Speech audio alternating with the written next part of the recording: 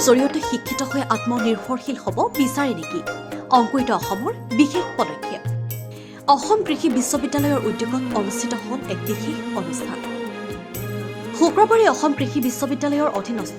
অডিএন অৰ্থাৎ মুক্ত দূৰশিক্ষা বিভাগে অংকুৰিত অসমৰ সহযোগত অংকুৰিত অসমৰ কাৰ্যালয়ত এটি বিশেষ মত বিনিময় অনুষ্ঠান আয়োজন কৰে এই অনুষ্ঠানত অডিএলৰ সহযোগত দূৰশিক্ষা গ্ৰহণ কৰি কৃষিৰ ক্ষেত্ৰখনত নিজৰ পাৰদৰ্শিতা আগবঢ়োৱা তথা সফলতা লাভ কৰা ৰাজ্যৰ বহুকেইগৰাকী সফল ব্যক্তি একত্ৰিত হয় অসম কৃষি বিশ্ববিদ্যালয়ৰ মুক্ত দূৰশিক্ষা বিভাগৰ উদ্যোগত আয়োজন কৰা এই মত বিনিময় অনুষ্ঠানৰ মূল লক্ষ্য আছে অসমৰ কৃষিৰ সৈতে জড়িত সফল ব্যক্তিসকলৰ অভিজ্ঞতা আৰু কৃষি আগ্ৰহী লোকৰ সৈতে নিজৰ মত ভাগ বতৰা কৰা অনুষ্ঠানত আধুনিক কৃষি পদ্ধতি কৃষিৰ ক্ষেত্ৰত উদ্ভাৱন লগতে মুক্ত দূৰশিক্ষা ব্যৱস্থাৰ গুৰুত্বৰ ওপৰত বিস্তৃত আলোচনা কৰা হয়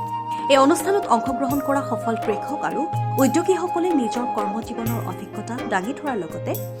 নতুন প্ৰজন্মক কৃষিক পেছা হিচাপে গ্ৰহণ কৰিবলৈ উৎসাহিত কৰে